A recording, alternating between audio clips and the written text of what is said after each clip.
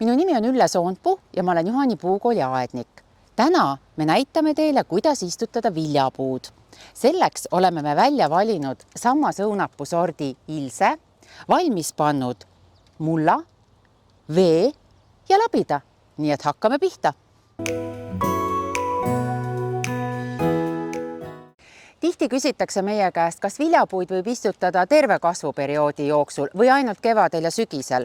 Kui tegemist on nõuistikuga, nagu antud juhul siin meil istutusse minev istik, siis on vastus, et jah, võib küll istutada ka juulikuus, nagu meie täna seda teeme.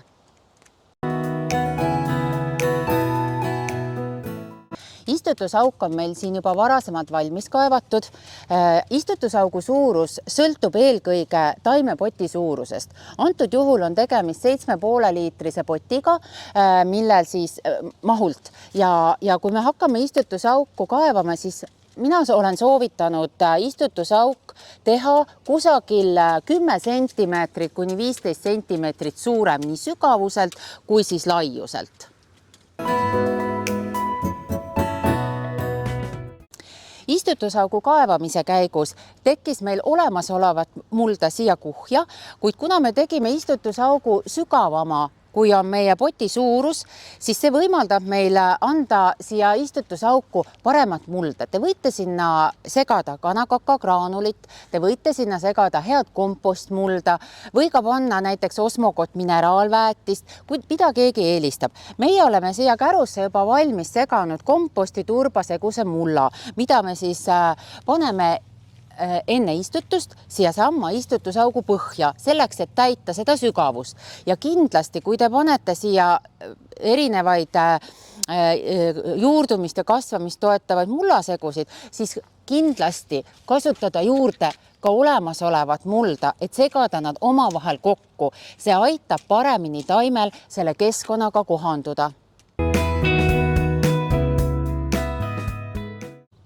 Õige istutussügavuse kontrollimiseks soovitan mina vahepeal taime koos potiga korraks siia istutusauku sättida ja vaadata siis, kas pookekoht jääb maapinnaga tasa või on vaja veel mulda juurde lisada või ära võtta.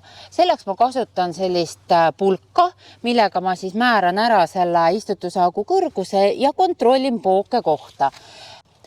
Kuid pookekoht peaks kindlasti jääma mullapinnaga samale kõrgusele. Antud juhul on tegelikult saavutatud ideaalne kõrgus, aga alati võib panna natukene mulda põhja rohkem, sellepärast et hiljem istutusmuld vajub kokku poole.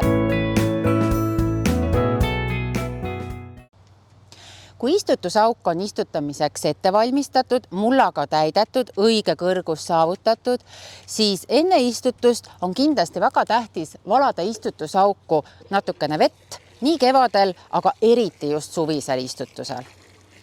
Jätame selle peale vee valamist siia pisukeseks tõmbama.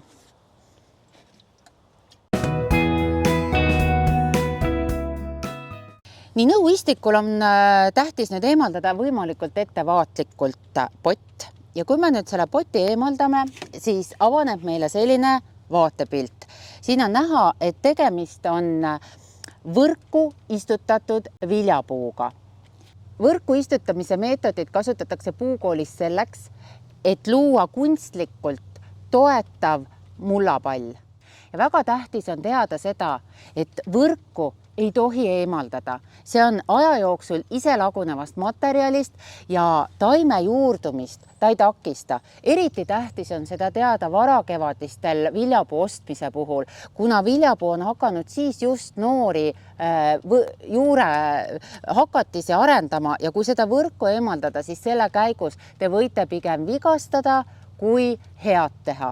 Kui te ostate suve keskpaiku istikut ja märkate, et istiku mullapalli ümber on selline võrk, siis siit võib pisut neid juuri lahti tõmmata, sest on juba moodustunud juurepall. See enam ei vigasta nii palju, juured on juba puitunud.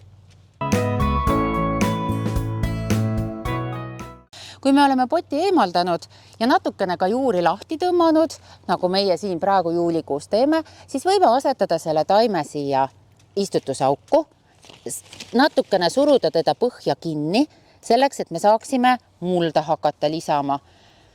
Mulda lisame vaheldumisi, võtame osaliselt mulda olemasolevast mullahunnikust, mille me juba kaevasime siia istutusaugust välja ja natukene lisame ka veel istutuse käigus sellist head kompost segumulda juurde.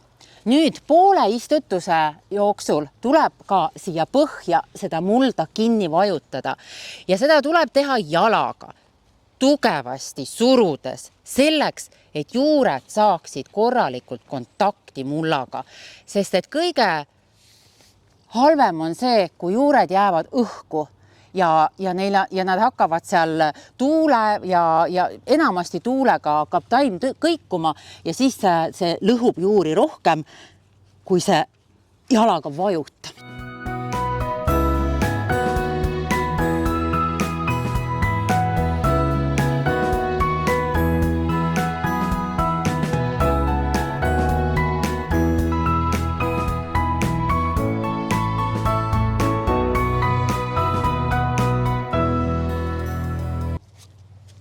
Nii, istutuse käigus oleme me nüüd saavutanud õige istutuskõrguse, puu on korralikult tugevasti istutusaugus kinni ja nüüd on tähtis teha ka kastmisvall.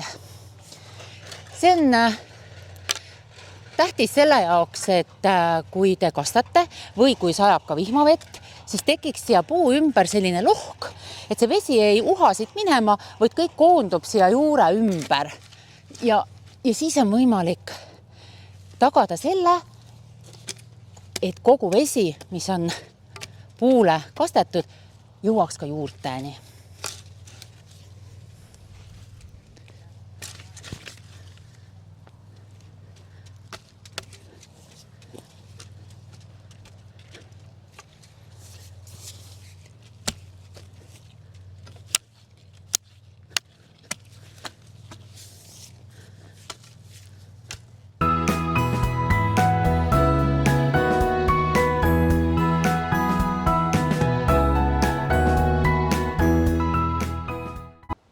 Ja nüüd viimane asi, mida ärge kindlasti unustage, on kastmine ja korralikult kastmine. Üks kastekannu täis vett peale istutust on väga ideaalne ühe puu jaoks, aga ärge valage seda korraga. Laske tal natukene imada mulla sisse ja siis jätkake kastmist. Et kui esimese hooga panna kogu vesi ära, siis võib ikkagi osaliselt minna teda kaotsi. Aga niimoodi järk-järgult kastate puu ära ja vastavalt ilmadele jätkate kastmist 2 nädala jooksul iga päev, aga kui tuleb taevast vihma, siis ei ole mõni päev vaja kasta. Täna me istutasime sammasõunapuu, mis ei vaja toestamist, sest ta on madal ja väike puukene. Aga kui te istutate tavasuuruse saedõunapuud, näiteks martsipan või kuldrenett, siis ma ikkagi soovitan panna 2 toestusposti selleks, et juurdumise ajal tagada tal püsivalt kinnihoidmist ja et tuuletada väga ei rapiks. Selliselt soovitame meie Juhani puukoolis viljapud istutada ja istutamine teeb sind õnnelikuks.